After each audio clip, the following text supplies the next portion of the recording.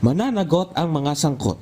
Yan ang siniguro ng palasyo sa mga nawawalang sabongero. Inatasan ni Pangulong Ferdinand R. Marcos Jr. ang Department of Justice na tutukan ang kaso. Ipagpatuloy po ang pag-iimbestiga ng malalimang pag-iimbestiga para malaman kung sino ba talaga ang sangkot dito at mapanagot ang dapat mapanagot. 34 na sabongero ang nawawala, tinukot, pinatay at inilibing umano ang mga biktima sa Taal Lake. Sinasabing malaki at maimpluwensya ang mastermind sa krimen. Kaya puspusan ang Justice Department sa paghahanap ng mga saksi at ebidensya. Walang puwang sa administrasyon ang mga kawani ng gobyerno na tatamad-tamad. Kaya pinaigting ang police visibility para mabawasan ang krimen. Patunay ang pagkakadakip sa isang snatcher ng cellphone sa loob lamang ng 3 minuto. Sinibak naman sa pwesto ang isang chief of police sa Rizal dahil sa mabagal na aksyon sa isang kaso ng pagnanakaw.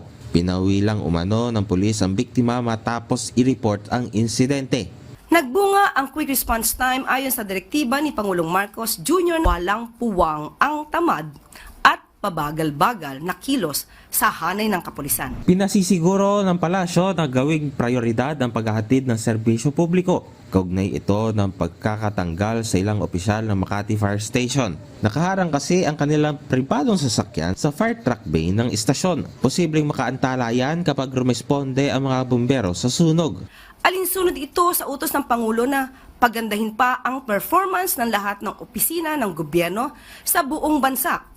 Bawal ang patulog-tulog sa serbisyo. Para masiguro ang pagtugon sa mga sakuna at emergency, inanunsyo ng Malacanang na itinalaga ni Pangulong Marcos bilang officer in charge ng Office of Civil Defense si Assistant Secretary Bernardo Alejandro IV. Kasunod ito ng appointment ni dating OCD Chief Ariel Nepomuceno bilang Commissioner ng Bureau of Customs.